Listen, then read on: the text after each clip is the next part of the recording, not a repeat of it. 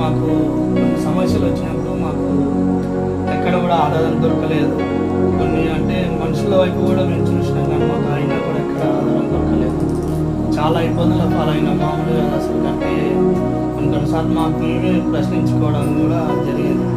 ఎందుకు సమస్యలన్నీ మాకే ఇట్లా ఎదుర్కొన్నాయి ఆలోచన చేసి కూడా మాకు ఇక్కడ కూడా పరిష్కారం దొరకలేదు. కానీ దేవుని కృప వలన కొన్ని సమస్యలు కూడా ఇంతకుముందు కూడా బాగా మాకు గుండె నొప్పి లేవడం అట్లా ఇది చేసినాం. సంఘం అందరూ కలిసి దైవజనుల ప్రార్థనగా తెలుసుకొని అందరికీ మన సంఘ సభ్యులు అందరూ కలిసి ప్రార్థన చేయడం ద్వారా దేవుని కృప మాకు స్వస్థతగా అనుగ్రహించబడింది.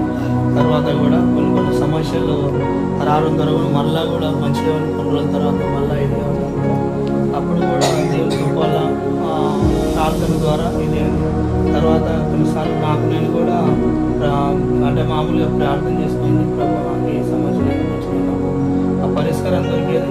తర్వాత కూడా దేవుడు కూడా నాకు అందులో నుంచి వెంటనే ఆ అస్వస్థత నుంచి స్వస్థతకు నాకు విముక్తి కలిగడం కూడా జరిగింది.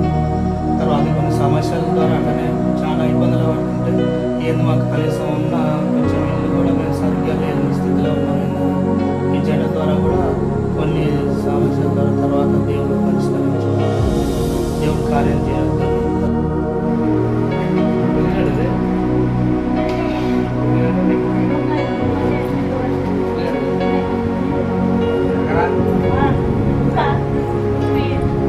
మీ పెదాన కదా ఒప్పండి అలా